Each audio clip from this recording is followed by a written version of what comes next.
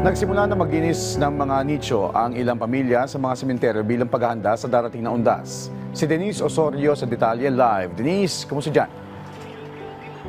Rise and shine, Joshua. Isang linggo pa bago mag-undas pero ngayon pa lang, naglilinis na ng mga nicho at musoleo ang mga taga rito sa Manila North Cemetery.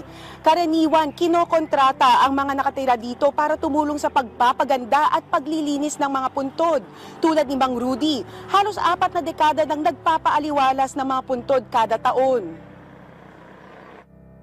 Pinaka-bayad nila sa akin, yung pintura at saka yung pagki-caretaker is 1.5.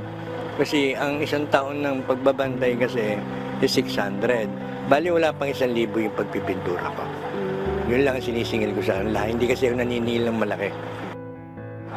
Giit ni Mang Rudy, hindi nilang ugaling maningil ng malaki o magbigay ng presyo dahil mayroong kabutihan din kaakibat ang paglilinis ng mga puntod. Ang importante sa kanila, maalagaan ang kanilang mga tinatawag na alaga. Pero hindi rin ito biro, lalo na pagdating ng undas, dahil malimit na narurumihan ang mga nichong nilinis nila.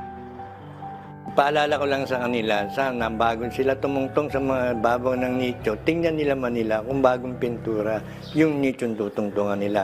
Kasi kawawa naman kami mga caretaker, mag-uulit pa uli kami ng pintura.